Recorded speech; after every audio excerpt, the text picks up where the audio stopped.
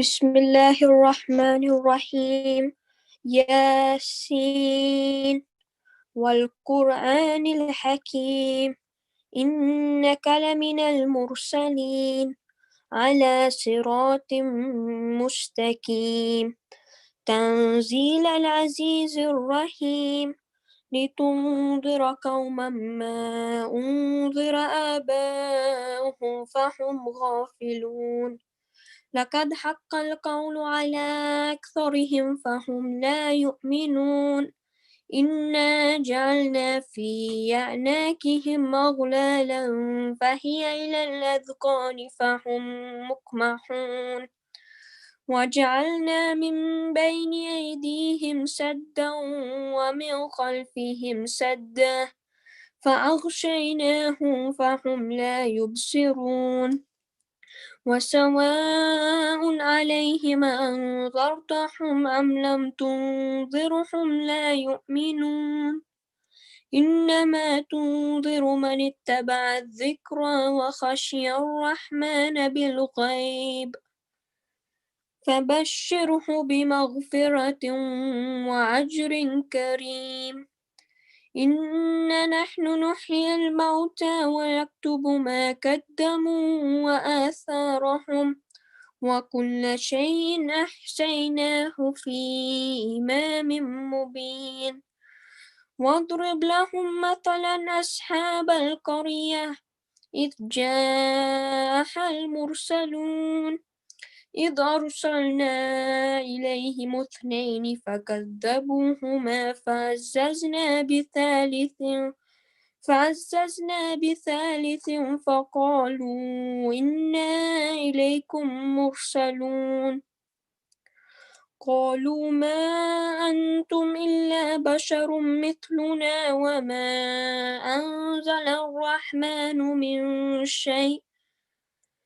أنزل الرحمن من شيء إن أنتم إلا تكذبون قالوا ربنا يعلم إنا إليكم لمرسلون وما علينا إلا البلاغ المبين قالوا إنا تطيرنا بكم لئن لم تنتهوا لنرجمنكم وليمسنكم منا عذاب عليم قالوا طائركم معكم أئن ذكرتم بل أنتم قوم مسرفون وجاء من أقصى المدينة رجل يسعى قال يا قوم اتبعوا المرسلين اتبعوا من لا يسألكم أجرا وهم مهتدون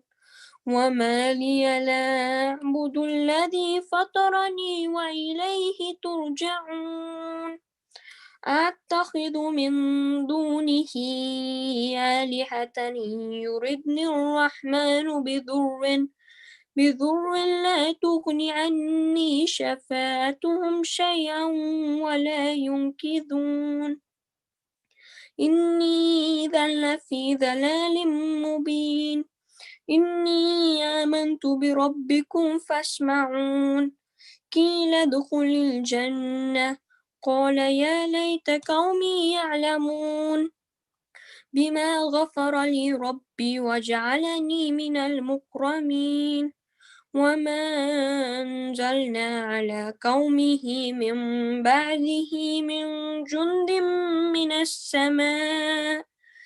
من السماء وما كنا منذرين إن كانت إلا صيحة واحدة فإذا هم خامدون يا حسرة على العباد ما يأتيهم من رسول إلا كانوا به يستهزئون ألم يروا كم أهلكنا قبلهم من القرون أنهم إليهم لا يرجعون وإن كل لما جميع لدينا محضرون وآية لهم الأرض الميتة أحييناها وأخرجنا منها حبا فمنه يأكلون وجعلنا فيها جنات من نخيل وأعناب وفجرنا فيها من العيون ليأكلوا من ثمره وما عملته أيديهم أفلا يشكرون سبحان الذي خلق الأزواج كلها مما تنبت الأرض ومن أنفسهم ومما لا يعلمون وآية لهم الليل نسلخ منه النهار فإذا هم مظلمون والشمس تجري لمستقر لها ذلك تقدير العزيز العليم والقمر قدرناه منازل حتى عاد كالأرجون القديم لا الشمس ينبغي لها أن تدرك القمر ولا الليل سابق النهار وكل في فلك يسبحون وآية لهم أنا حملنا ذريتهم في الفلك المشحون وخلقنا لهم من مثله ما يركبون وإن نشأ نغرقهم فلا صريخ لهم ولا هم ينقذون إلا رحمة منا ومتاعا إلى حين وإذا قيل لهم اتقوا ما بين أيديكم وما خلفكم لعلكم ترحمون وما تأتيهم من آية من آيات ربهم إلا كانوا عنها معرضين وإذا قيل لهم أنفقوا مما رزقكم الله قال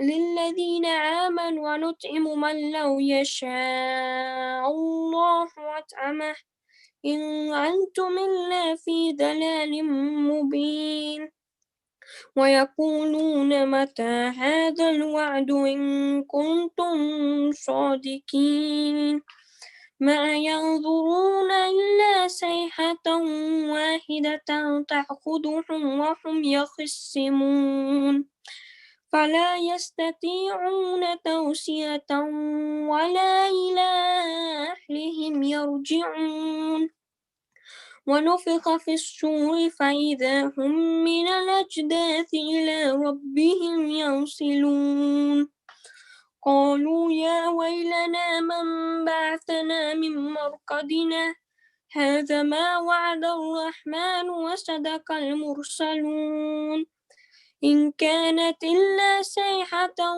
واحدة فإذا هم جميع لدينا محضرون فاليوم لا تظلم نفس شيئا ولا تجزون إلا ما كنتم تعملون إن أصحاب الجنة اليوم في شغل فاكهون هم وأزواجهم في ظلال على الأرائك متكئون لهم فيها فاكهة ولهم ما يدعون سلام قولا من رب رحيم وامتازوا اليوم أيها المجرمون ألم أعهد إليكم يا بني آدم ألا تعبدوا الشيطان إنه لكم عدو مبين وأن اعبدوني هذا صراط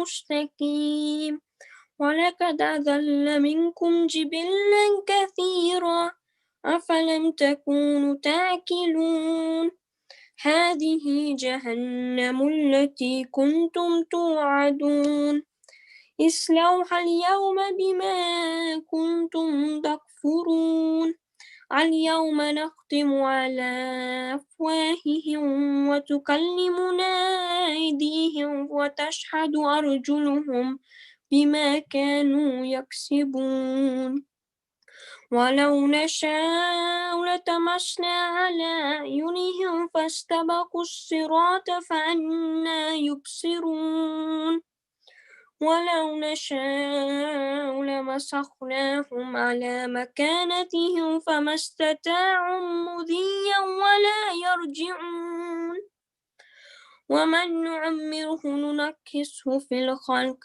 أفلا يعقلون وما علمناه الشعر وما ينبغي له إن هو إلا ذكر وقرآن مبين لينذر من كان حيا ويهك القول على الكافرين أولم يروا أنا خلقنا لهم مما عملت أيدينا أنعاما فهم لها مالكون وذللناها لهم فمنها ركوبهم ومنها يأكلون ولهم فيها منافع ومشارب أفلا يشكرون واتخذوا من دون الله آلهة لعلهم ينصرون لا يستطيعون نصرهم وهم لهم جند محضرون فلا يحزنك قولهم إننا نعلم ما يسرون وما يعلنون أولم ير الإنسان أنا خلقناه من نطفة فإذا هو خصيم مبين وضرب لنا مثلا ونسي خلقه قال من يحيي العظام وهي رميم قل يحيي الذي ينشأها أول مرة وهو بكل خلق عليم الذي جعل لكم من الشجر الأخضر نارا فإذا أنتم منه توقدون أوليس الذي خلق السماوات والأرض بقادر على أن يخلق مثلهم بلى وهو الخلاق العليم إنما أمره إذا أراد شيئا أن يقول له كن فيكون فسبحان الذي بيده ملكوت كل شيء وإليه ترجعون.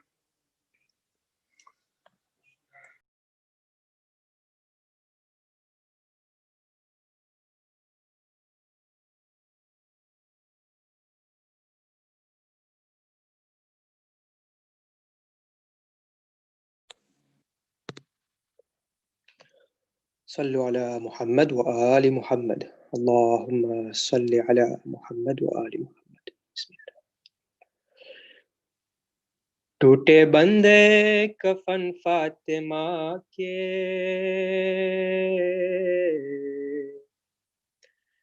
टूटे बंदे कफन फातिमा के और फिर हाथ निकले कफन से आई आवाज आए हुसैन माँ बुलाती है आए हुसैन माँ बुलाती है आए हुसैन माँ बुलाती है आए हुसैन मेरे पास आए हुसैन आए शबीर ज़हरा के लब यूं खिले चकिया पीस के मैंने पाला तुझे आ मेरे लाल आ माँ के लग जा गले वक्त रुखसत है से नहीं रूठते माँ बुलाती है आए हुसैन माँ बुलाती है आए हुसैन आ मेरे पास आए हुसैन तेरी खातिर में जाकर पलट आई हूँ دیکھ کر تیرے آنسو میں گھبرائی ہو، دیکھ زیرے کفن غم سے تھرائی ہو، تجھ کو بہلانے جنت سے میں آئی ہو، ماں بلاتی ہے آئے حسین، ماں بلاتی ہے آئے حسین، میرے پاس آئے حسین۔ دستے زینب میں پھر دے کے دستے حسین، بولی زہرا کفن میں بسد شور و شین، دیکھ زینب میری لاڈلی نور عین، یہ جو رویا تو زہرا نہ پائے گی چین، ماں بلاتی ہے آئے حسین، ماں بلاتی ہے آئے حسین، میرے پاس آئے حسین۔ ہائے کربو بلا میں وہ دن آئے گا، شمر کا ہلکے سرور پہ خنجر چلا، اماں اماں کی آنے لگی جب صدا، بال بکھرا کے زہرا نے رو کر کہا، ماں بلاتی ہے آئے حسین، ماں بلاتی ہے آئے حسین، میرے پاس آئے حسین۔ میرے لال آئے ایک یہ کام کر، میرے سینے پہ کچھ دیر آرام کر، تو چلتا تھا انگلی میری تھام کر، یاد وہ صبح کر یاد وہ شام کر، ماں بلاتی ہے آئے حسین، ماں بلاتی ہے آئے حسین، میرے پاس آئے حسین، میرے پاس آئے حسین۔ صلو علی محمد و آل محمد، اللہم صلی علی محمد و آل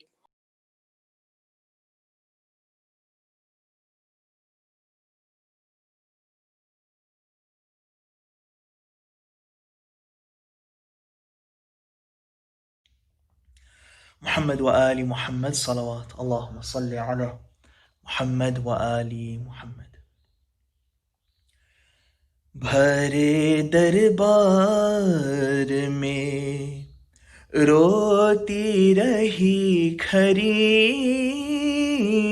زہرا، بھرے دربار میں روتی رہی کھری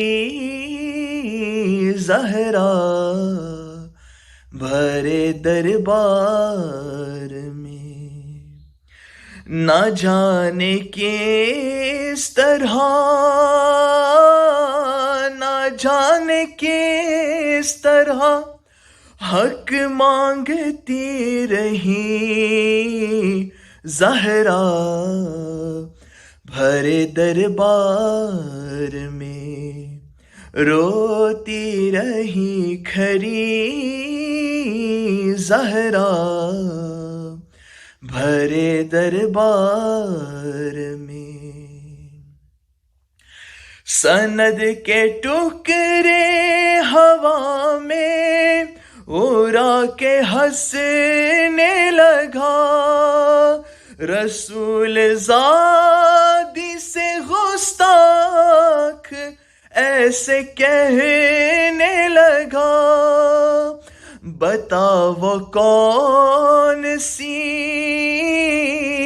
بتا وہ کون سی جاگیر ہے تیری زہرا بھرے دربار میں، روتی رہی کھری زہرا بھرے دربار میں۔ حسن حسین سے سچے گواہ بھی جھٹلائے، رلا کے بی بی کو ظالم ذرا نہ شرمائے، بھلا نہ پائے گی، بھلا نہ پائے گی امت کی بے رخی زہرا بھرے دربار میں، روتی رہی کھڑی زہرا بھرے دربار میں۔ یہ اس کی بیٹی ہے جس نے دو لخت چاند کیا، وہ جس کے نور نے ہر روشنی کو ماند کیا، اسے ستانا، اسے ستانا دکھیاری ہے بڑی زہرا بھرے دربار میں، روتی رہی کھڑی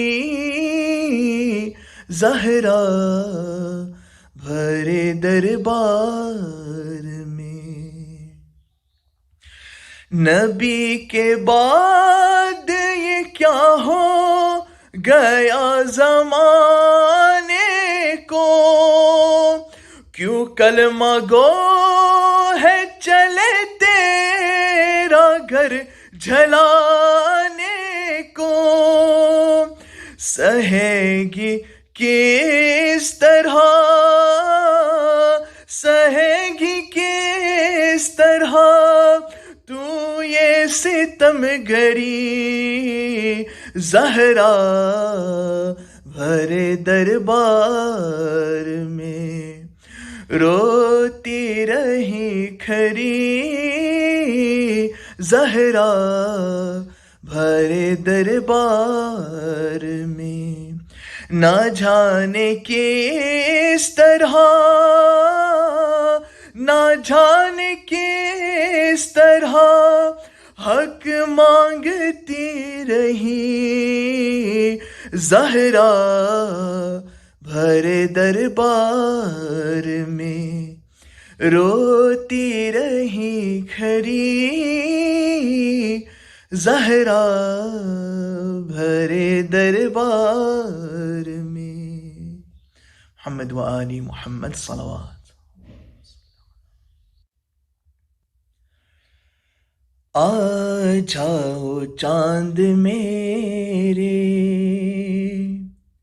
تیری پیاس میں بجھاؤں، اصغر میں تیری ماں ہوں، آ جاؤ چاند میرے، تیری پیاس میں بجھاؤں، اصغر میں تیری ماں ہوں، میرے لاڈلے کہاں ہو، میرے لاڈلے کہاں ہو، سینے تمہیں لگاؤں، اصغر میں تیری ماں ہوں،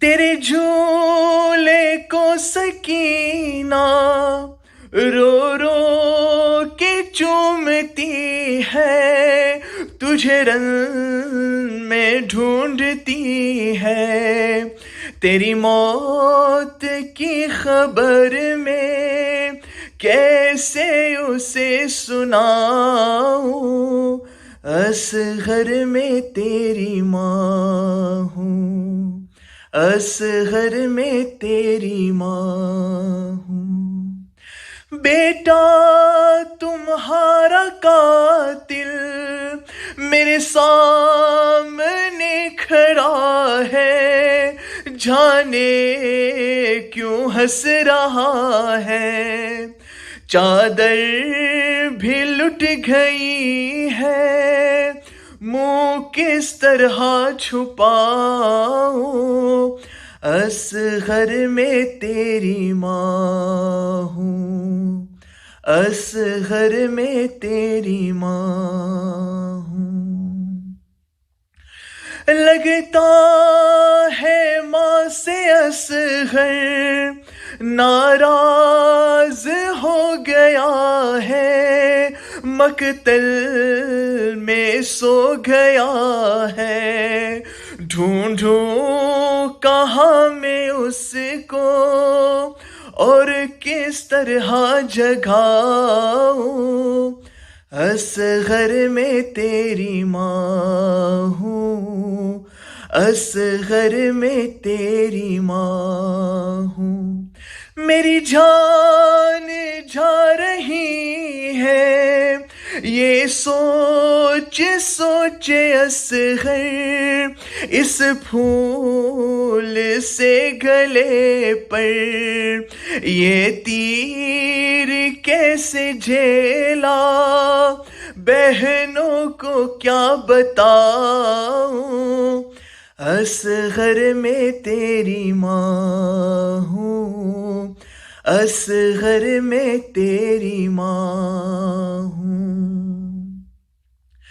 نیزے سے گھر رہا ہے ننھا سا سر تمہارا، دل روتا ہے ہمارا، میرے ہاتھ تو بندھے ہیں، سر کس طرح اٹھاؤں، اصغر میں تیری ماں ہوں، اصغر میں تیری ماں ہوں، جب رات ہوگی رن میں ہو جائے گا اندھیرا، ڈرنا نہیں اے بیٹا، دادی کہیں گی تم سے آ میں تجھے سلاؤں،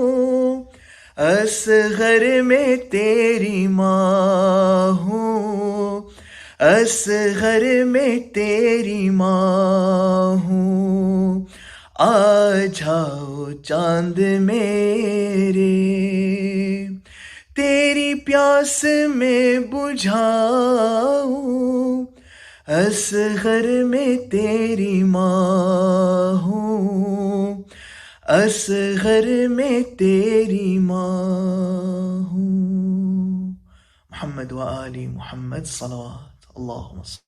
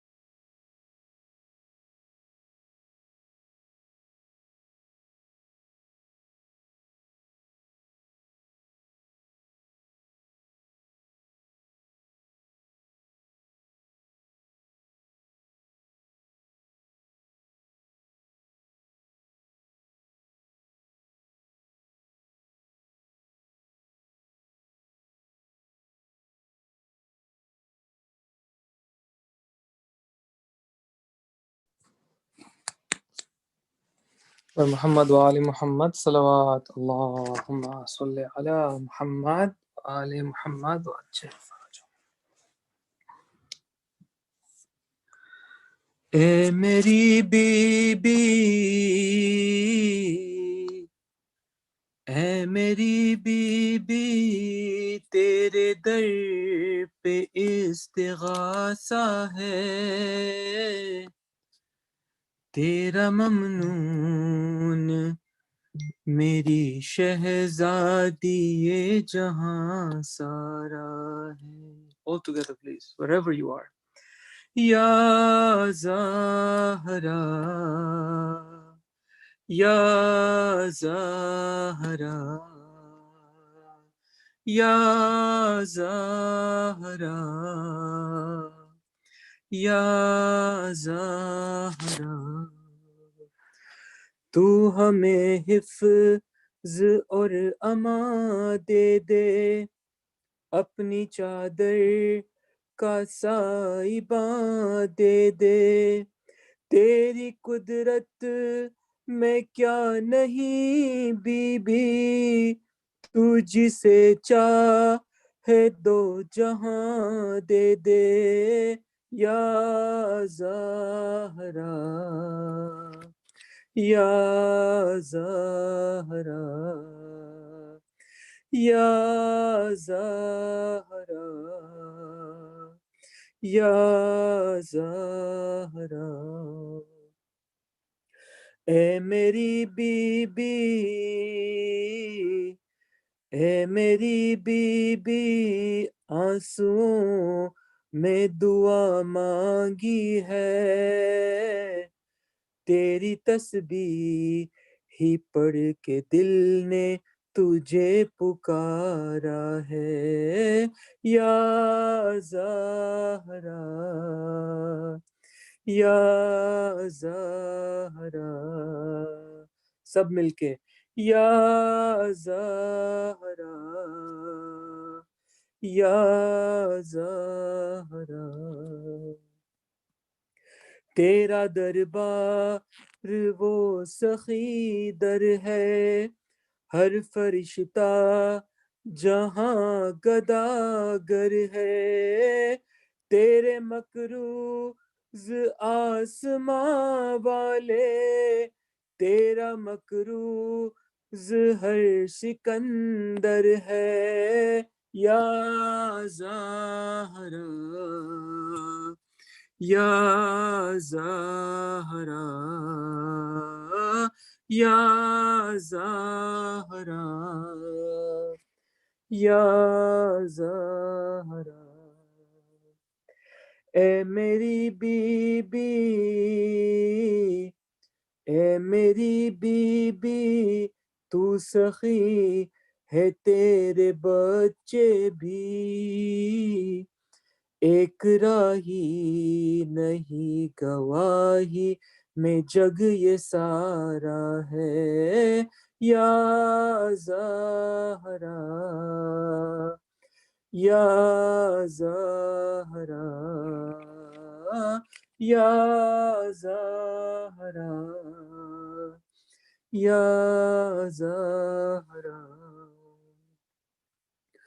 فرش مجلس پہ اور مصلے پر ہر جواں کہہ رہا ہے رو رو کر، ہم رہے نہ رہے مگر بی بی، تا قیامت رہے غم سرور، یا زہرا، یا زہرا، یا زہرا، یا زہرا. اے میری بی بی، اے میری بی بی، تیرے بچوں کا غم مناتے ہیں، اپنی اولاد سے بڑھ کے غم یہ پیارا ہے، یا زہرا، یا Zahra, Ya Zahra, Ya Zahra, Ya Zahra, Ya Zahra. Muhammad wa Ali Muhammad salawat. Allahumma salli ala Muhammad wa Ali Muhammad wa ajil faraja.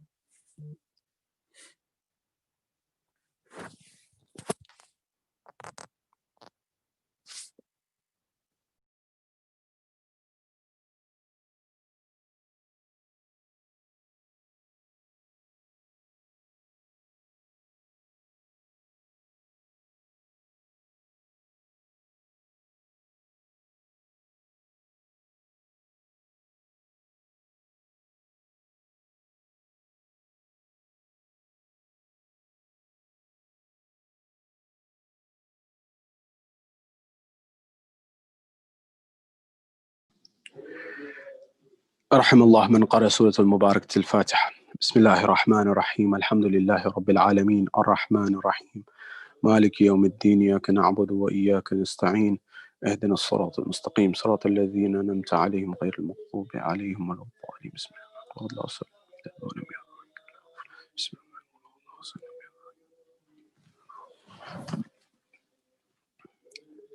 أعوذ بالله من الشيطان اللعين الرجيم. بسم الله الرحمن الرحيم. فوضوا أمري إلى الله إن الله بصير بالعباد ولا حول ولا قوة إلا بالله العلي العظيم. حسبنا الله ونعم الوكيل ونعم المولى ونعم النصير. والصلاة والسلام والتحية والإكرام على الرسول المسدد المصطفى الأمجد المحمود الأحمد الذي سمي في السماء بأحمد وفي الأرض بأبي القاسم محمد. اللهم صل وعلى أهل بيته الطيبين الطاهرين المعصومين المظلومين المنتجبين الذين أذهب الله عنهم الرجس وطهرهم تطهيرا. اللهم صل على محمد. وقل رب اشرح لي صدري ويسر لي أمري واحلل عقدة من لساني يفقه قولي. أما بعد، قال الله تبارك وتعالى في كتاب الكريم: بسم الله الرحمن الرحيم ويطعمون الطعام على حبه مسكينا ويتيما وعصيرا. صدق الله العلي العظيم. My respected elders, brothers and sisters in Iman in Allentown, Pennsylvania, throughout North America, throughout Europe, wherever you are hearing my voice, Salamu alaikum jami'an wa rahmatullahi wa barakatuh. Question: what is the key to a harmonious relationship? Keep that question in the back of your mind, inshallah, we will return to it. We have been discussing the Lady of Light, Fatima al-Zahra, in this Ayyame of Fatimiya of 2021. Now, understanding this great personality, we want to lay out that she is a role model, an exemplar, not only for home, not only for work, but for life in large. And it's not something that is purely for example, it's not something that's purely for religion, it's also beyond that. And it's not only that Fatima is a role model for women, no, she is much exalted above this, because there are matters of her that have nothing to do with, for example, her gender, for example, her courage, for example, her eloquence, for example, her leadership, for example. All of these elements that make up and embody Fatima al-Zahra are not limited in that capacity. We discussed last night, very briefly, this idea of Fatima al-Zahra, that she was a role model for children and how parents should raise children.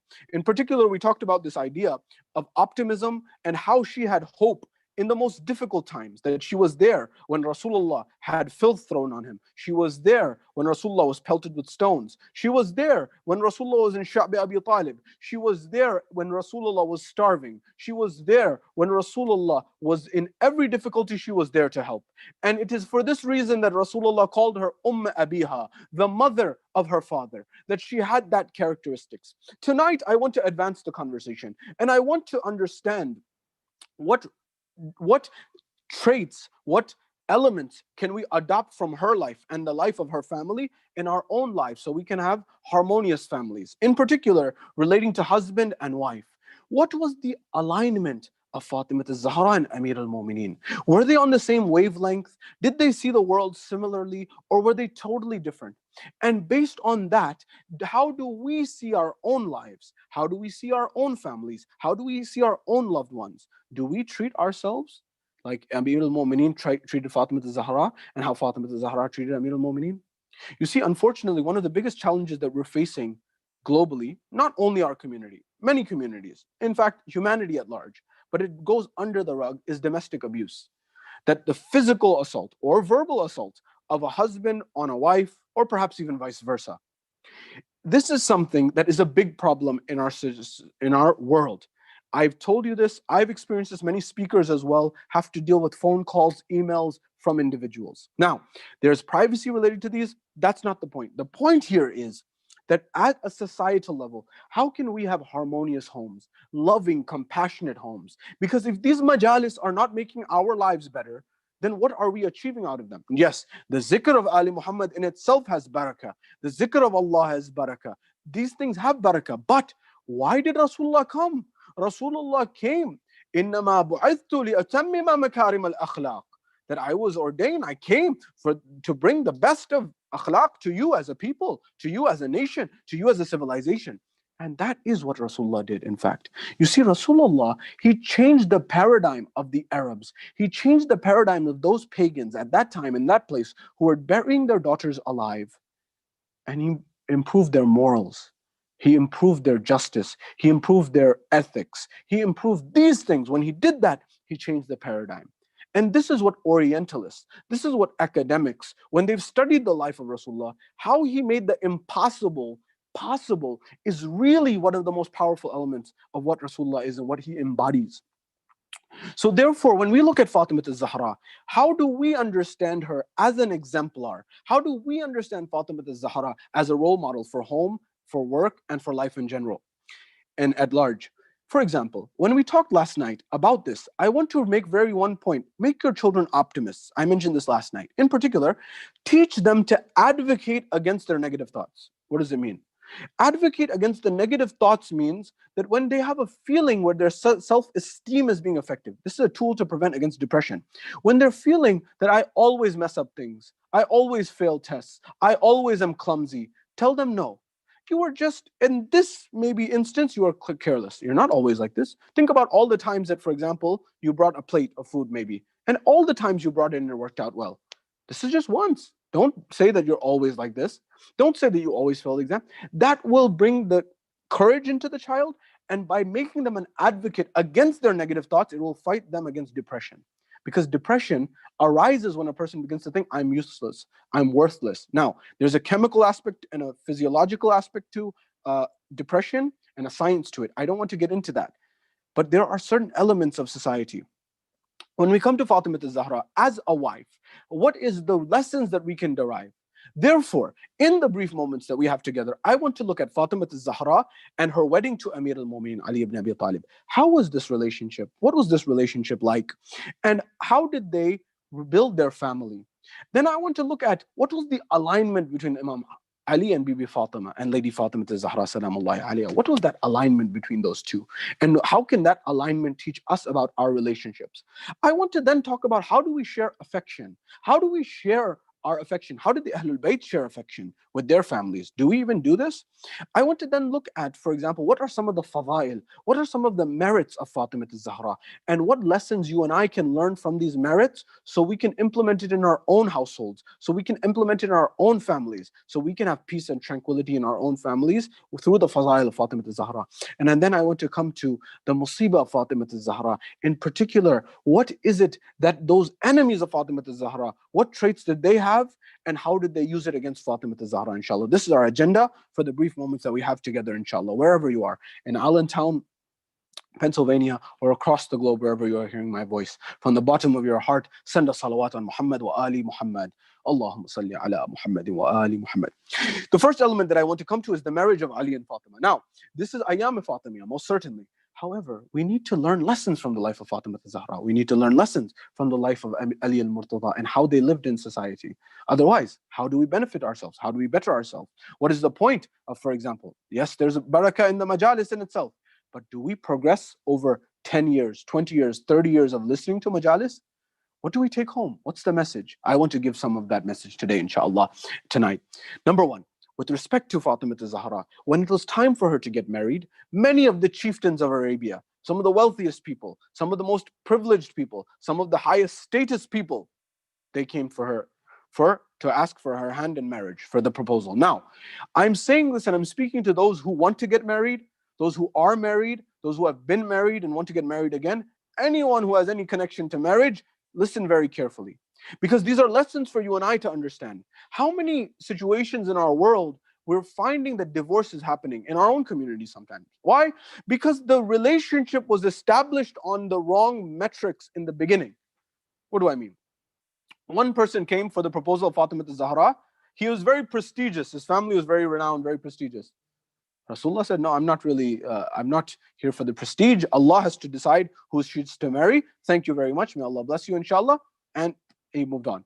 The next person came to Rasulullah. He said, Ya Rasulullah, I want to marry your daughter Fatima. I will give this many camels. I will give this many sheep. I will give this much property. Ya Rasulullah, I want your daughter's hand to marry. Rasulullah was like, am I selling my daughter, or am I marrying her off to someone who will love her and take care of her? Are you trying to buy my daughter?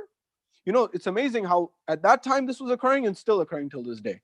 Sometimes we're getting married degrees to degrees. Someone has an MD married, JD married.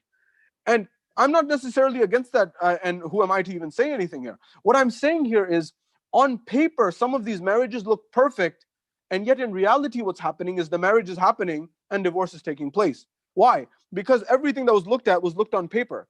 But paper doesn't operate so well in the realm of the heart. The heart is a different dynamic. Allah subhanahu wa ta'ala has given this love and affection. If I have all the wealth in the world, but I don't have affection for my wife, what's the point? And vice versa. You see, these are the elements of the equation. Rasul said, I'm not trying to sell my daughter. This is Fatima al-Zahra you're talking about here. And so he said, move on with that. Ali ibn Abi Talib was in the vicinity of Rasulullah. He became shy. He didn't say anything to Rasulullah. Jibreel descends. When Jibreel descends, Jibreel says, Ya Rasulullah, Allah has had the nikah ceremony of Ali and Fatima on the arsh of Allah subhanahu wa ta'ala. And he asks you and commands you to have their nikah ceremony on this ground. This is the first and only wedding that was done in the arsh and on the ground, on the earth. He says, do it here, on the earth. Rasulullah makes the preparations for them to get married. Now, he asks, Ya Ali, what do you have in your possessions?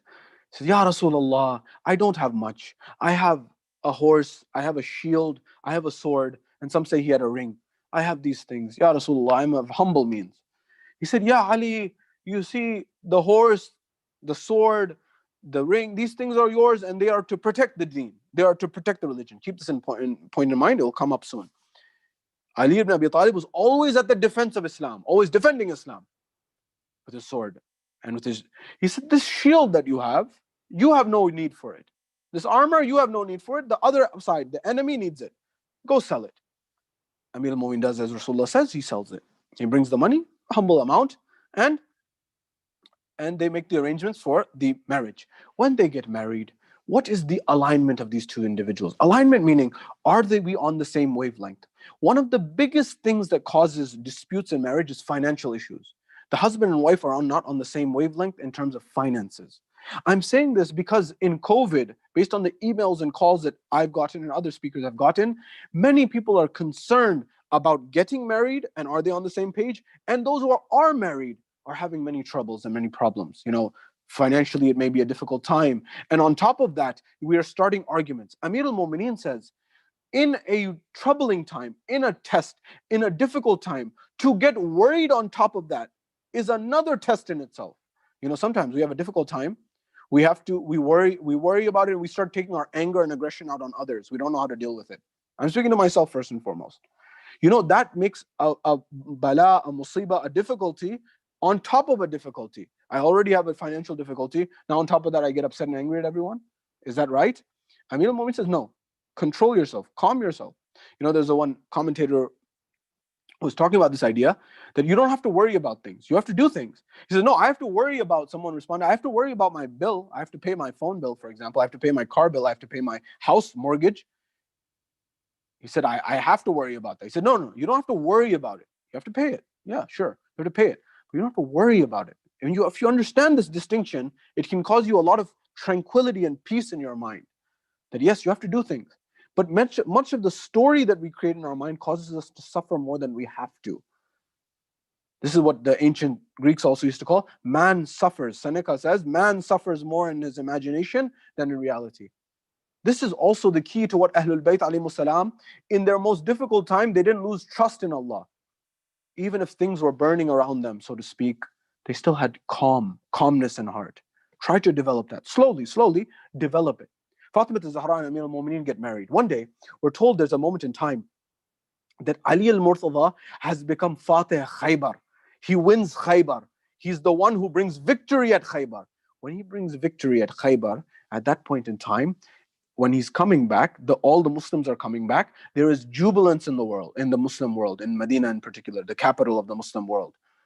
There's fruits coming, for example. There's wealth coming. The treasury that comes after winning the war treasury. At that point in time, in fact, the wife of Rasulullah says that may Allah reward Ali for that day after he brought victory to the Muslims at Khaybar. After that day, at that day, we ate dates till our fill that we had not eaten before that.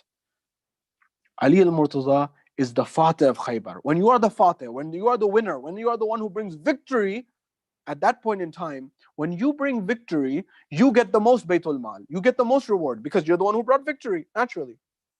Now, the news had already spread in Medina. The people before Ali, they all started coming back. When they all came back, they were going around, their children, their families were jubilant in the city. Imam Hassan and Imam Hussein are walking in the city. When Imam Hassan and Imam Hussein are walking in the city, they are wearing simple, humble clothes. Some of the children of Medina see Imam Hassan and Imam Hussein. They say, why are you wearing such simple clothes? Have you not heard the Muslims have won at Khaybar? Ali al-Murtaza brought victory for the Muslims at Khaybar. You're wearing simple clothes. We're all wearing new clothes. We all have delicious food and fruits to eat. Why are you not celebrating?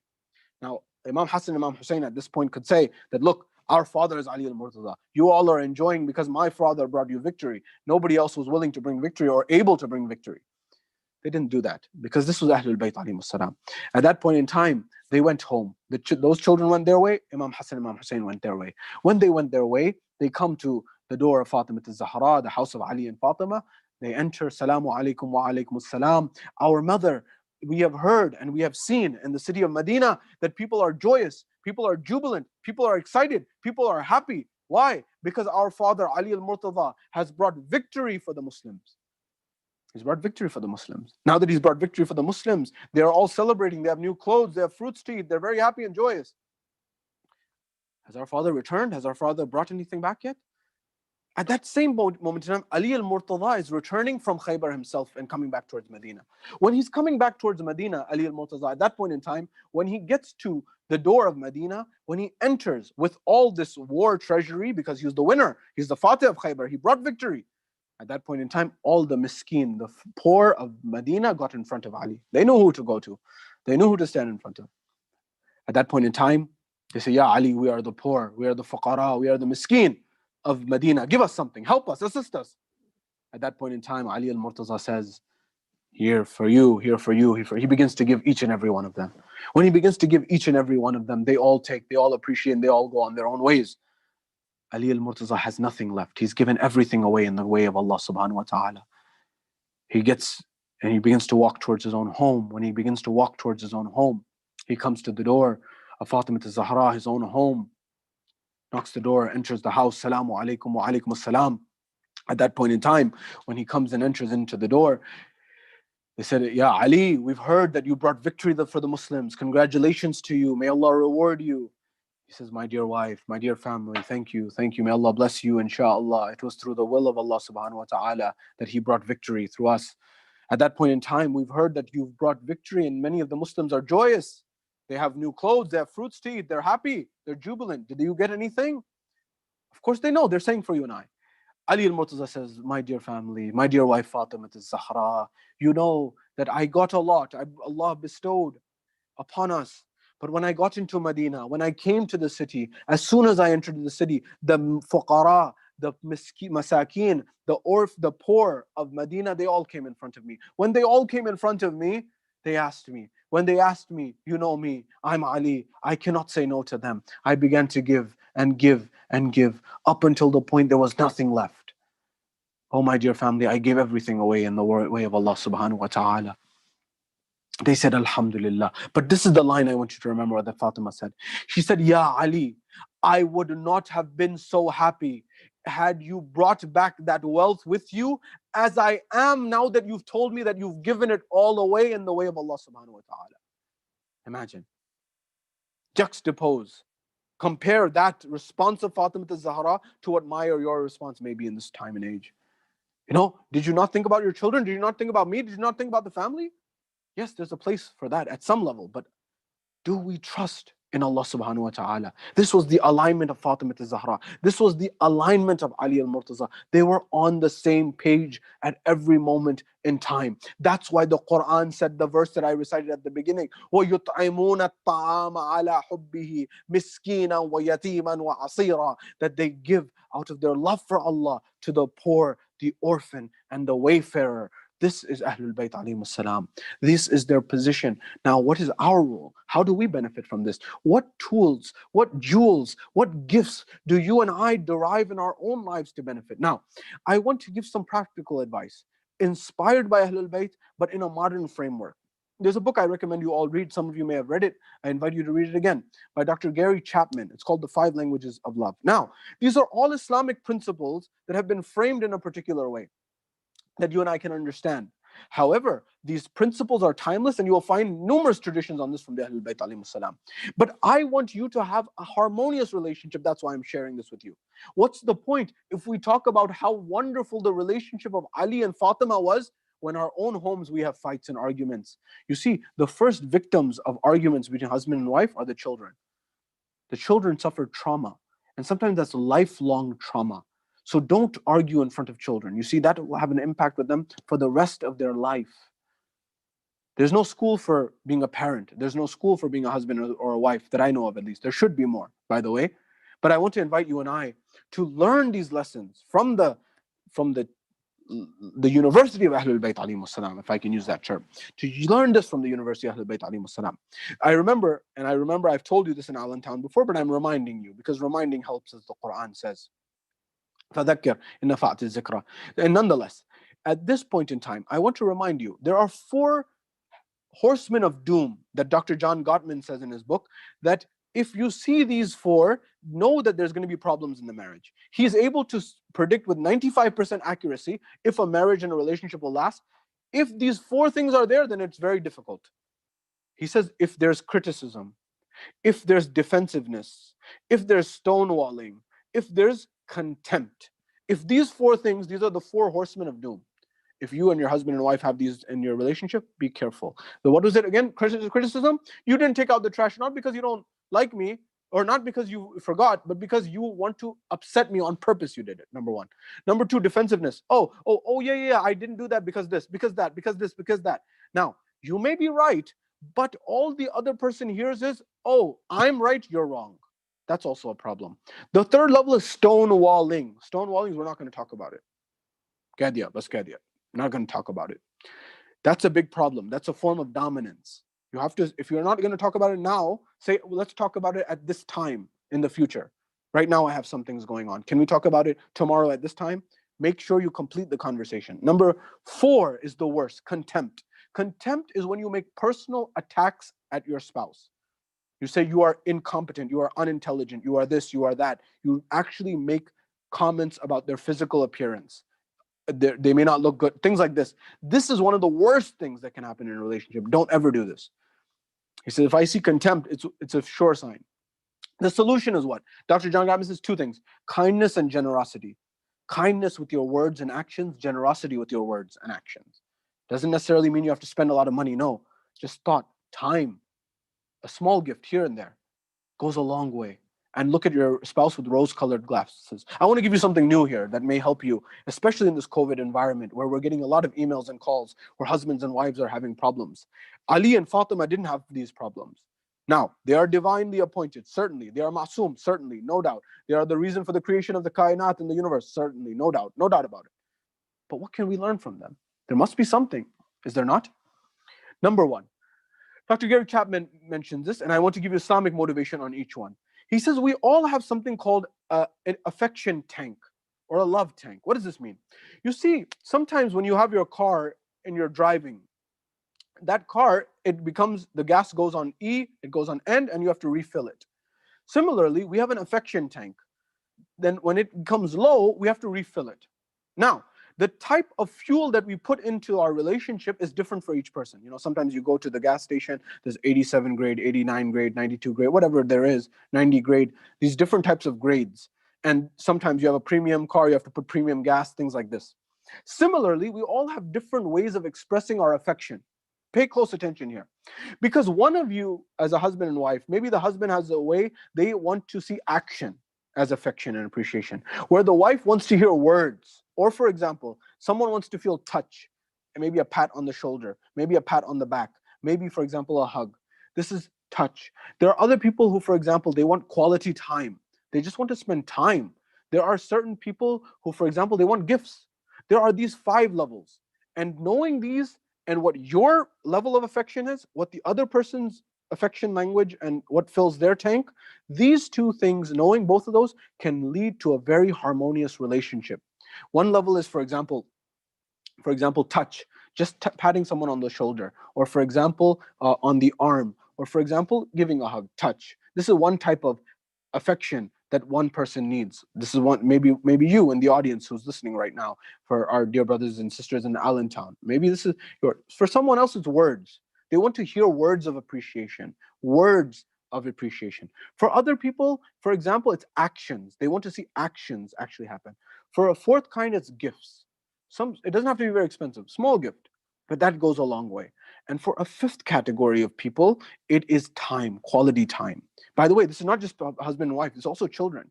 Each one of them has a particular one of the 5 that makes them actually feel calm and tranquility and peace and fills up their tank of affection. Number 1, touch. Rasulullah did something unprecedented in Arabia. He took Imam Hassan and Imam Hussein, he picked them up and he put them on his lap on the mimbar in front of everyone, and he kissed them on their face, on their forehead, on their cheek. He said, I love you. This was unprecedented during the time of Arabia. Till this day, there are fathers in particular who've never told their children, I love you. They've never had the courage to be able to say that. It's not easy, perhaps. But do you know what impact that has on the child to not know that they are loved by their father? Now, you may love them a lot, but not saying it has a huge impact. There's a lot of research on this. I don't have time to go into that. But when you have affection towards someone, make sure they know of it. The first level is touch. Imam al-Baqir alayhi salam says that whenever you are angry, if you are standing, sit down. Very famous tradition that you all know. But then he continues. He says, if it's a family member, make sure you touch them.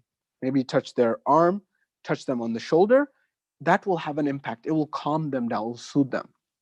Sometimes some have very angry and rage. They just say, get away from me. But try to relax, try to calm down. In COVID environment, maybe use an air touch or something like this. But Imam alayhi salam, in all seriousness, he says, look, touch your relatives. That has an impact to calm them down, to soothe them. So for some people, it's touch, number 1. Another category of individuals, another person, for example, is someone who, for example, is impacted by words. This is really important. Words of appreciation. Sometimes we appreciate our spouse, we appreciate our loved one, but we don't tell them. There was a study conducted at Arizona State University, which I often mention, that they asked people, do you appreciate your spouse, the work that they do? Do you appreciate them, for example, that when they clean the house or they do chores or things, they 95+% said, we appreciate everything. Then the second question was, do you tell them? And the vast minority, most people, for example, very few people said anything. The vast majority said, we don't tell them. We appreciate them, but we don't tell them. Baba, how is she supposed to know? How is he supposed to know that you appreciate them? Are they a prophet? Is Jibreel going to descend? Is Mikael going to descend and say that? Who's going to descend and say that you appreciate them?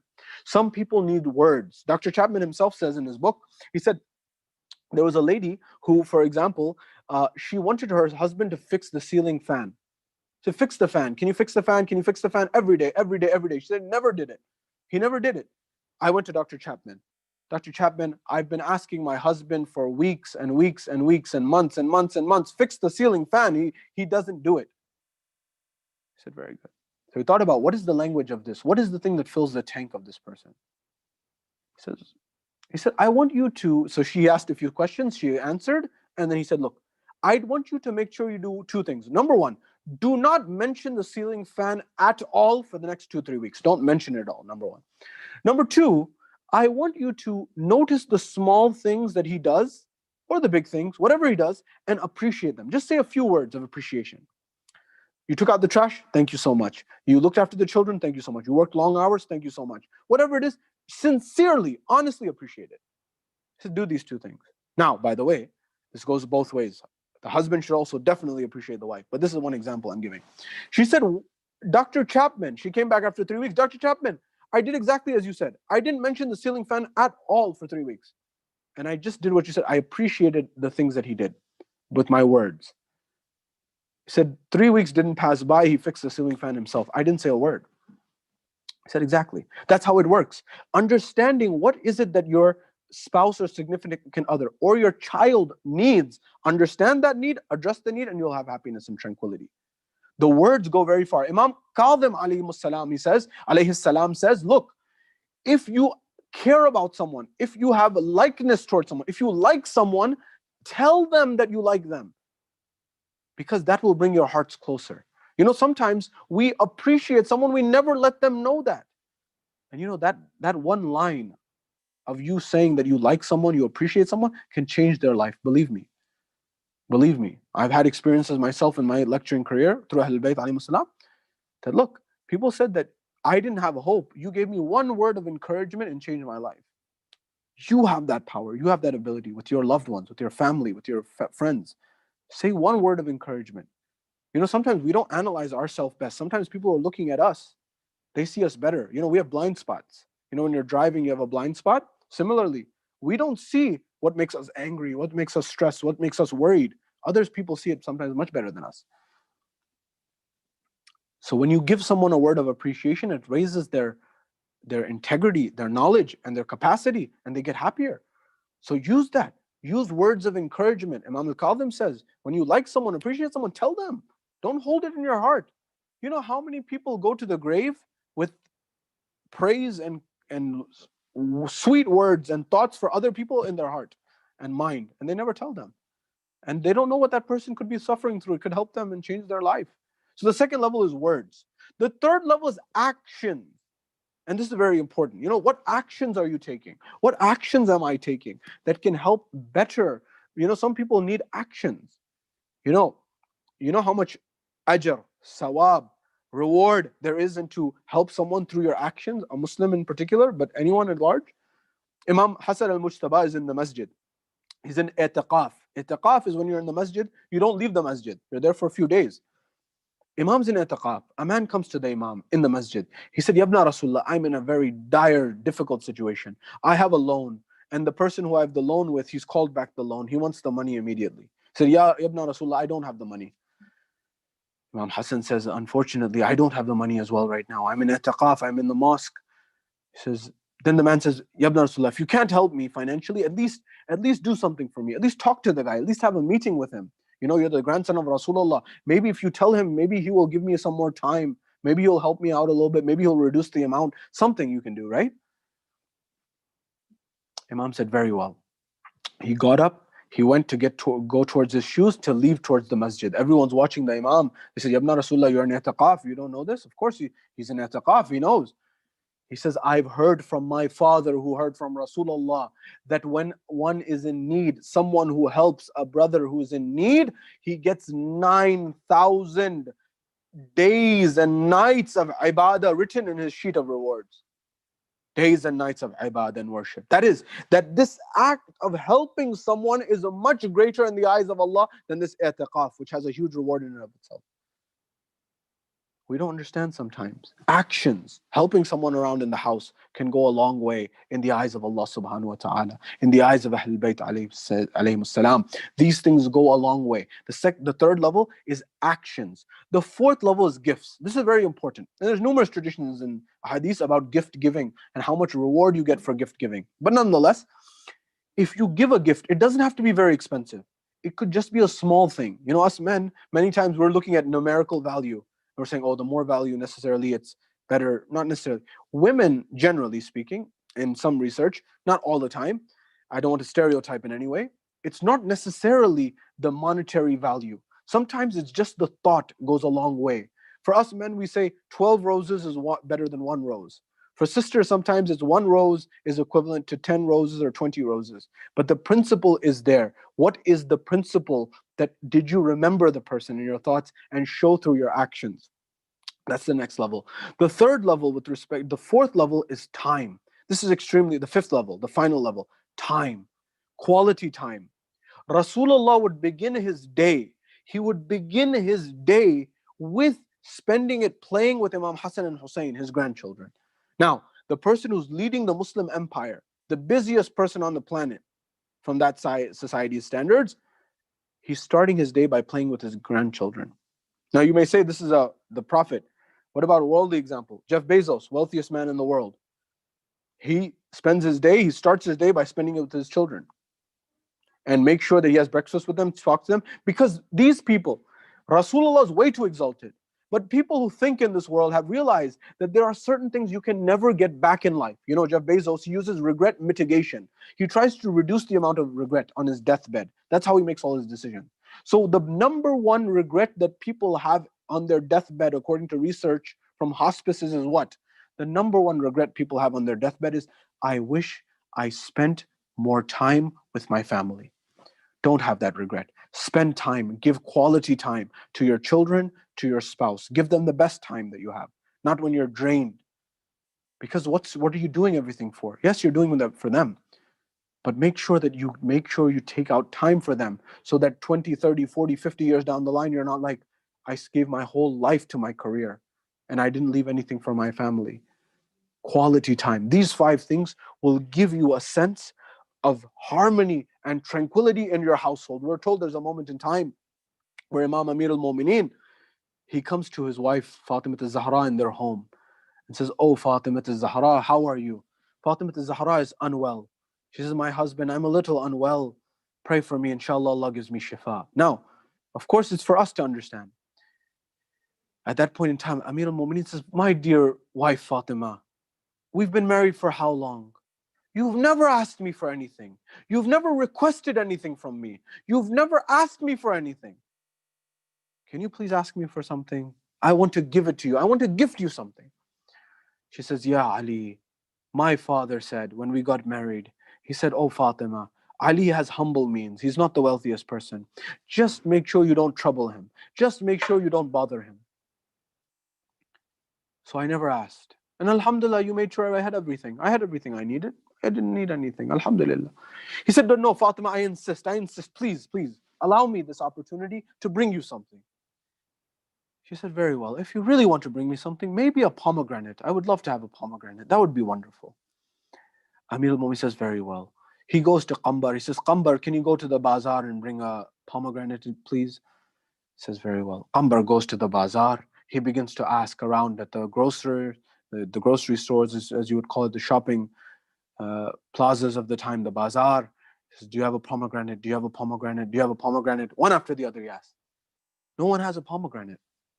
At that point in time, when this happens, Qambar comes back. He says, Ya Amir al-Mu'mineen, they're saying it's out of season. It's not in season. There's no pomegranates.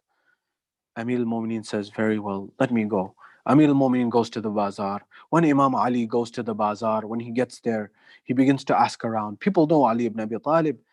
And he finally finds one person who says, look, I don't have a pomegranate, but I know of a person who may have one. He's a Jewish grocer, and he has some, perhaps, maybe he has 1 or 2 left over. Maybe you can ask him. Amir al-Mu'mineen goes to this man. He says, hello, he greets him. You know, you see sometimes under the Muslim empire, there were Jews, Christians, and other faiths living under them, Zoroastrians and others, during that time, Islam. And they enjoyed living under it because of the fairness and equity. Nonetheless, he says hello, and they agree to one another. He says, I am looking for a pomegranate for my wife who's ill. She's not well. Do you think you could help me? The man says, I only have 1 pomegranate left, and I had kept it for my own wife. The Jewish man says, honest man, integrity. He said, look, my wife, Amir al-Mu'mineen said, my wife has never asked me for anything. She's never troubled me. She's never bothered me. One time I asked her, please ask me for something. She asked for a pomegranate. She's not well. Do you think you could spare this? I'll buy it from you. And in fact, I'll pay double the price. Just let me have this so that I can give it to my wife. He said, very well, I understand the situation. It's a one time, it's never happened before. I'll inshallah help. He says, very well. The price is 2 dirham, so I'm not going to take more. Ali ibn Abi Talib says, I will give you 4 dirham. Look at the honesty, integrity of this Jewish man. He says, look, it's 2 dirham, I'm going to take 2 dirham. It's not 4 dirham. I cannot price gouge. Sometimes people price gouge in times of difficulty, COVID or difficult situations, hurricanes and the likes. No, this is principle. He said, I'm going to charge 2. Ali ibn Abi Talib says, very well. I'm going to give you 2 dirham for the pomegranate, but I'm going to give you 2 dirham on top of that as a gift from my wife. He said, very well. Ali ibn Abi Talib took this pomegranate, he began to leave. When he began to leave, he was walking towards his home, to the house of Fatima al-Zahra. When he's walking towards there, he sees who? A miskeen, a poor man, who is someone who cannot see. He's blind. And he's asking, can you help me? Can you assist me? I'm hungry. I'm in need. Can you help me? Ali al-Murtaza was not someone who would walk by and just pass by. Sometimes we think, should we help people when they ask? Ahlul Bayt have said, even if you have a doubt of whether this person is sincere or not, if you have a doubt, give them the minimum at least. Don't leave them empty-handed. That's how important Islam. It's not your job to research according to Islam. Your job is to make sure if you give, just give the minimum at least, but don't leave empty-handed. The person empty-handed. Amir al-Mu'mineen says, oh man, what is it that you want? He says, I'm hungry. Amir al-Mu'mineen says, what do you want? Now he could have said anything. The man said, I'm really wanting to have a pomegranate. Now he was blind, according to the riwayah. Now you may say, maybe he's not blind, maybe he was acting. I don't know. This is what the riwayah says. He says, I want a pomegranate. What are the chances? Now, Amir al-Mu'mineen could have done tawra or tawriya. Tawriya is this idea of that not lying, but you change the circumstance. For example, Ali ibn Abi Talib could have said, well, it's not the season of pomegranates. It wasn't the season of pomegranates. But he could have said that and the person would have got his answer, for example. But Ali ibn Abi Talib didn't do this. For example, the same thing happened in, for example, during the night of Hijrah, when they were going from Mecca to Medina, when Rasulullah was going. Ali ibn Abi Talib slept in the bed of Rasulullah, and when they asked, where is Muhammad? Rasulullah, Amir al-Mu'mineen said what? He said, did you leave him in my custody? Did you leave him in my safekeeping that I should know where he is? Amir al-Mu'mineen knew, but he didn't answer. He answered in a way that it gave them their answer that they needed. The same way, Amir al-Mu'mineen could have said, it's not the season of pomegranates. It's a blind man. What would he know? But no, he had integrity as always. Amir al-Mu'mineen says, look, I have a pomegranate here. It's the only one in town. But look, my wife is not ill. Is not well. She's ill. You're also ill, quite evidently. He says, what if we do this? What if we split this in half? Half for my wife who's at home, who's never asked me for anything in her life, and I've brought this for her, and half for you. The man said, very well. He took that half. Amir al-Mu'mineen began to take the seeds of the pomegranate and feed him himself. And he began to eat. When he finished, Amir al-Mu'mineen said, how was it? Do you enjoy it? He said, yes, alhamdulillah, I enjoyed it. He said, but I wish I could have the other half. Amir al-Mu'mineen, only he can do it. He says, my wife's one wish, but he had tawakkul in Allah, trust in Allah subhanahu wa ta'ala. He says, very well, here you are. He begins to give the other half to the poor man, the blind man. When he gives it to the other man, he's finished, he begins to walk home. When he begins to walk home at that point in time, he gets to the house of Fatima al-Zahra. He knocks on the door, Salamu alaykum wa alaykum as-salam. He notices that Fatima is in the house and she is cleaning and she's looking after the house and she seems all well. She doesn't seem ill at all. She seems wonderful. Alhamdulillah. He says, my wife, what happened? You seem fine now, alhamdulillah, what happened? He said, yes. She said, yes, ya Ali, that you had sent a crate of pomegranates with a messenger at the door. I got that crate of pomegranates and I ate one of them and Allah gave me shifa. Crate of pomegranates that I sent? Of course, he knows for us. He says, crate that I sent for you? Yes. I'm sure it was the same crate, the same person who brought the clothes for Hassan and Hussein on the Eid. That angel was probably the same angel that brought this at that point in time. This was the alignment. This was the alignment of Ali and Fatima. That when the Quran says, وَيُطْعِمُونَ الطَّعَامَ عَلَى حُبِّهِ مِسْكِينًا وَيَتِيمًا وَعَصِيرًا, in Surah Al-Dahr, the ayat that I recited at the beginning, that the Quran says, if you ever want to know where Ali and Fatima are in the Quran, never forget Surah Al-Dahr, Surah Insan, Bismillahir Rahmanir Rahim, هَلْ أَتَى عَلَى الْإِنسَانِ حِينٌ مِنَ الدَّهْرِ لَمْ يَكُنْ شَيْئًا مَذْكُورًا. And then the Quran and the verses continue up until the point says, وَيُطْعِمُونَ الطَّعَامَ عَلَى حُبِّهِ مِسْكِينًا وَيَتِيمًا وَعَسِيرًا.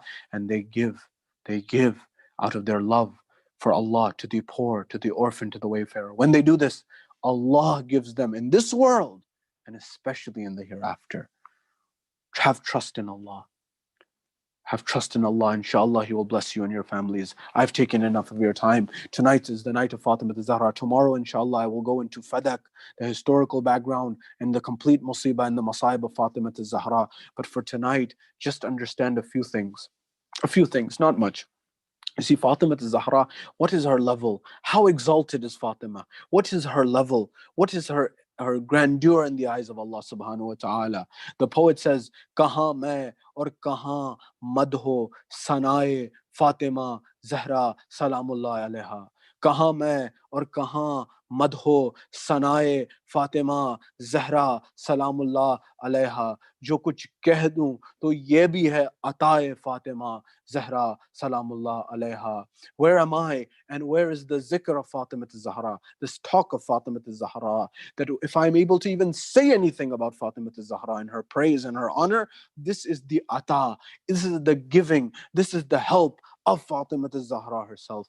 You know, I remember my dear brothers, especially my elders, my brothers and my uncles in the Allentown community, when I'm able to recite the fadail and the masaib, the sorrows and the grandeur of Ahlul Bayt in front of you, I'm remembering and seeing those faces before my eyes. I remember my beloved uncle, Kaku uncle, and others who have this wilaya and this josh of love of Ahlul Bayt alayhimus salam. I know in your heart you're saying Anare Haidari in your own homes, and in these cold nights and these times, in these difficult times, it is that warmth of the wilaya of Ahlul Bayt that keeps our hearts burning for them. That the riwayah says, Inna liqatil al-Husayn hararatan fi qulub al-mu'mineen. That verily the killing of Hussein and all of the Ahlul Bayt, they have a burning sensation in the heart of the believers. That keeps us going. Transfer that to your next generations, and inshallah you will have success in this dunya and in the akhirah. I don't have much time. I just want to tell you about a moment. What was this moment? The wasiyah of Fatima al-Zahra to Ali al-Murtada. Fatima al-Zahra came back. Ajrukum ala Allah, my dear mu'mineen. Fatima al-Zahra, she comes back from Baytul Ahzan. She comes back from Baytul Huzn, the house of sorrow where she used to cry day and night, in Jannatul Baqi, that she had Imam Ali built for her. At this point in time, she comes back. When she comes back, she says, Ya Ali, I want you to send Asma away, and I want you to send the children away. Send Asma away and send the children away. Send the children to the grave of their grandfather, Rasulullah. Amir al-Mu'mineen does this. At that point in time, she says, Ya Ali, I saw my father, Rasulullah, in the dream, and I will join him very soon. I want to give you my wasiyah. Take this wasiyah, mark it down, inshallah, and make sure you execute it on my behalf. He says, very well, my lady, what is it? She says, number one, Abul Hasan, the first thing that I want you to recognize and I want you to know is that if there's any shortcoming, anything that I could have done for you that I did not do for you, please forgive me, O Abul Hasan. Oh, please forgive me, my husband. Oh, forgive me, Amir al-Mu'mineen. Amir al-Mu'mineen begins to cry. He says, Fatima al-Zahra, I never found you asking me for anything. And even the one time that I wanted to get you something, I was not able to get it for you. Fatima, how can this be? You have never been shortcoming towards me. She says, very well, my husband number two, these two children of mine, all of them, but in particular Hassan and Hussein, they don't know what it's like not to have their mother. Oh, Abul Hassan, I want that you are never strict with them, never shout at them. Abul Hassan begins to cry. He says, "Oh, my lady, these are the children of Rasulullah. These are the children of you. Who am I to do anything to them?" Perhaps they knew what would happen to Imam Hassan afterwards. Perhaps they knew what would happen to Hussein afterwards. They were telling the Ummah that Ali can never do anything like this, but at least do you not have any dignity? She says, "Do not be harsh with my children." She says, number 3, "Oh, Abul Hassan, make sure that you bury me in the night. Give me ghusl and kafan in the night. Bury me in the night. And make sure the people that I am upset with, I am angry with, make sure they do not come to my janazah. Make sure they do not come to my burial. And make sure they do not know where I am buried. Tomorrow we'll tell you what musibah went on Fatima al-Zahra that she was talking about." Ali Murtaza says, "Very well, my lady, I will do that." And she says, finally, "Oh, Abul Hassan, I ask you one thing. The fourth and final aspect of the wasiyah is that when you bury me, my place of burial will be secret. But oh, Abul Hassan, I have a request. That request is, oh, Abul Hassan, make sure you don't forget about me. Oh, Abul Hassan, make sure you come to my grave and make sure you say salam onto me, oh, Abul Hassan." Only Allah knows what went through the heart of Ali al-Murtada when he heard his wife say, "Just say salams. Ajrukum ala Allah, ajrukum." آخری 2 لمحے be be نے وصیت کی امام امیر المومنین کو. امام امیر المومنین نے ایک جملہ کہا بی بی تمام وصیت قبول، مگر میری بھی کچھ شرطیں ہیں، میں بھی کچھ کہنا چاہتا ہوں. بی بی نے کہا، اے علی بتائیے، اے ابو الحسن بتائیے کیا کہنا چاہتے ہیں. کہا، اے بی بی، پہلے جب میں آپ کو بیاہ کے لایا تھا، جب ہماری شادی ہوئی تھی، اے بی بی میرے پاس کچھ نہ تھا، میں مفلس تھا، میرے پاس زیادہ نہیں تھا، میں آپ کو نہ دے سکا. بی بی اپنے بابا سے شکایت نہ کیجیے گا. بی بی نے کہا، اے علی مرتضیٰ، آپ نے سب کچھ دیا ہمیں، کوئی شکایت نہیں ہے.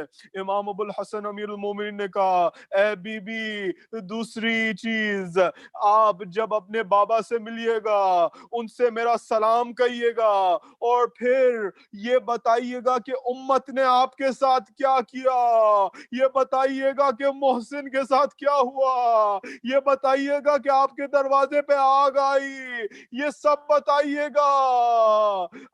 ام ابیہا، اے فاطمہ الزہرا، یہ بتائیے گا آپ کے بابا کو. اور آخری چیز، اے بنت رسول، میں آؤں گا اور میں سلام کہوں گا آپ کی قبر پر، مگر ایک شرط ہے، بی بی مدینہ میں کوئی مجھے جواب سلام نہیں دیتا، علی تنہا ہو گئے. اے بی بی بس اتنا کیجئے گا، میں سلام کہوں گا اور میں آپ سے جواب سلام اپنے کانوں سے سننا چاہتا ہوں. اے فرزند، اے بی بی، اے بنت رسول، اے بطول، علی کے دل پہ کیا گزر گئے. على لعنة الله على القوم الظالمين وسيعلم الذين ظلموا أي منقلب ينقلبون. إنا لله وإنا إليه راجعون. Ya Allah, we ask you by the love of Ali and Fatima for one another, grant us love and affection in our own households, between husbands and wife, between children and parents, between everyone. Love like the love that Ali and Fatima had for one another, and Hassan and Hussein had for their parents, and the parents for their children. Ya Allah, anyone who's suffering in this world, grant them alleviation from their suffering. Ya Allah, anyone who is ill in this world, grant them shifa. Ya Allah, anyone who's suffering from COVID or cancer or any other illness, Ya Allah, grant them shifa by Fatima al-Zahra this night. Ya Allah, hasten the reappearance of Imam Sahib al-Asr al-Zaman and allow us to be amongst his companions when he returns. وآخر دعوانا الحمد لله رب العالمين. معتم حسين يا حسين.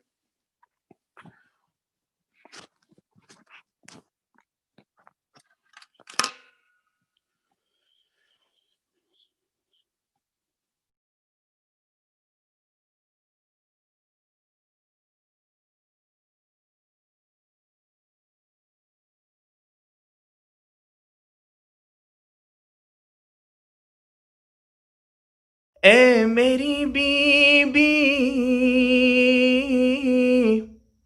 اے میری be be, تیرے در پہ استغاثہ ہے، تیرا ممنون میری شہزادی جہاں سارا ہے، یا زہرا یا زہرا یا زہرا یا زہرا، تو ہمیں حفظ اور امان دے دے، اپنی چادر کا سائبہ دے دے، تیری قدرت میں کیا نہیں بی بی، تو جسے چاہے دو جہاں دے دے، یا زہرا یا زہرا یا زہرا یا زہرا، تیرا دربار وہ سخی در ہے، ہر فرشتہ جہاں گداگر ہے، تیرا مکروز آسماں والے، تیرا مکروز ہر سکندر ہے، یا زہرا یا زہرا یا زہرا یا زہرا، تجھ کو امت نے یوں ستایا ہے، مرگ محسن پہ بھی رلایا ہے، تجھ کو امت نے یوں ستایا ہے، مرگ محسن پہ بھی رلایا ہے، تجھ کو بابا کے بعد امت نے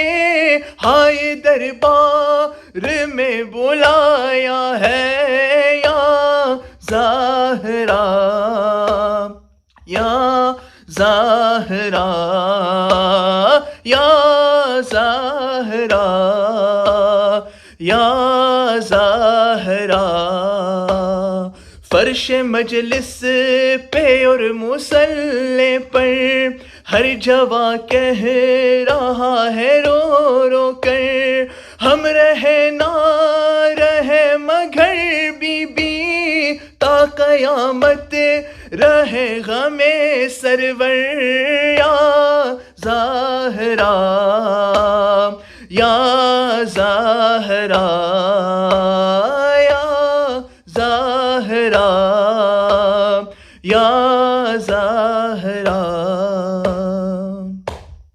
قرض مقروض کا ادا کر دے، قرض مقروض کا ادا کر دے، مفلسوں کا نصیب وا کر دے، جن کی گودی بھری نہیں بی بی، ان کو اولاد تو عطا کر دے، یا زہرا یا زہرا یا زہرا یا زہرا، اے میری بی بی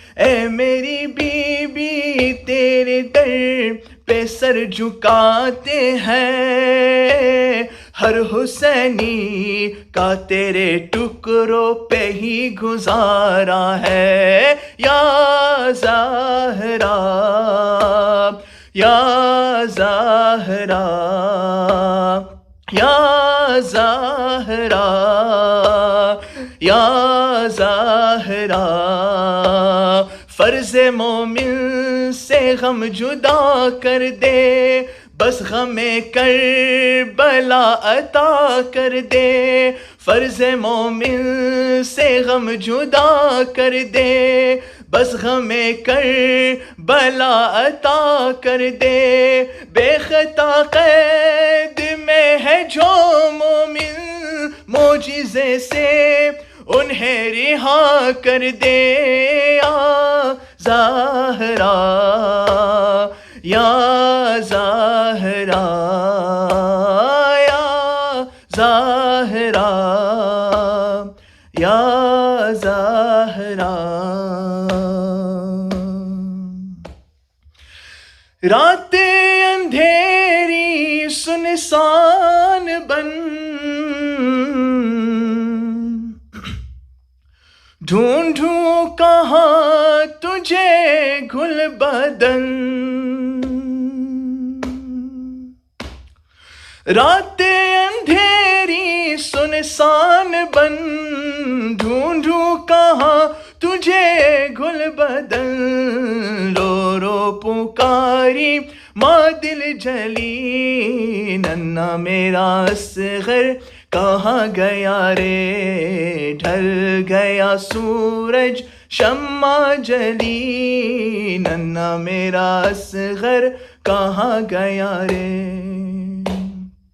وقت مدد ہے مشکل کشا مشکل کرو حل بہر خدا وقت مدد ہے مشکل کشا مشکل کرو حل بہر خدا تم ہی بتاؤ مولا علی ننھا میرا اصغر کہاں گیا رے ڈھل گیا سورج شمع جلی ننھا میرا اصغر کہاں گیا رے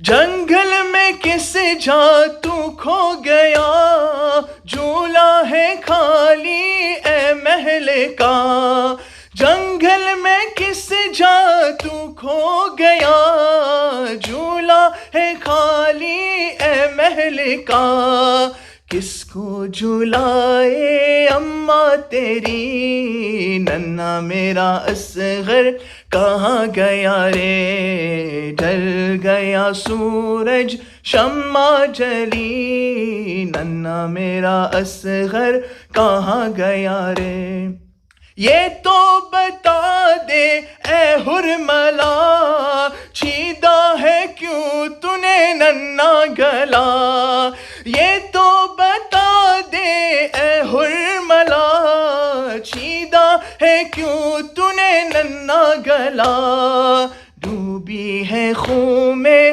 ننھی کلی ننھا میرا اصغر کہاں گیا رے ڈھل گیا سورج شمع جلی ننھا میرا اصغر کہاں گیا رے تیری زمین پر اے کربلا گم ہو گیا ہے بچہ میرا تیری زمین پر اے کربلا گم ہو گیا ہے بچہ میرا ڈھونڈ رہی ہوں گلی گلی ننھا میرا اصغر کہاں گیا رے ڈھل گیا سورج شمع جلی ننھا میرا اصغر کہاں گیا رے ڈھل گیا سورج شمع جلی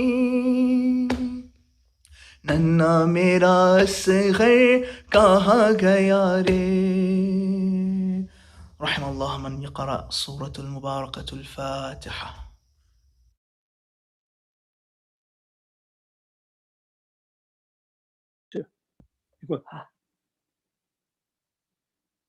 حمید help us.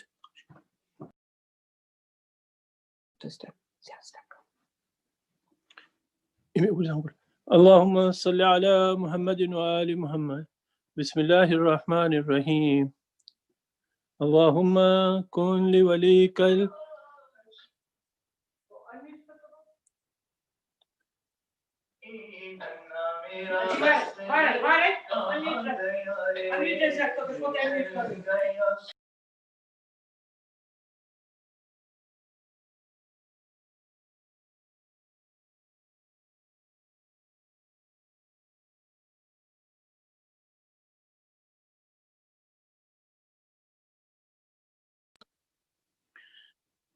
بسم الله الرحمن الرحيم الحمد لله رب العالمين الرحمن الرحيم مالك يوم الدين إياك نعبد وإياك نستعين اهدنا الصراط المستقيم صراط الذين أنعمت عليهم غير المغضوب عليهم ولا الضالين بسم الله الرحمن الرحيم قل هو الله الصمد لم يلد ولم يولد ولم يكن له كفوا أحد. Let us read Aman Yujibu 5 times for all the people who are sick in our community and everywhere around the world, and to pray to Allah to get rid of this COVID-19 for all people around the world, and for shifa kulli of all the people. Allahumma salli ala Muhammadin wa ali Muhammad.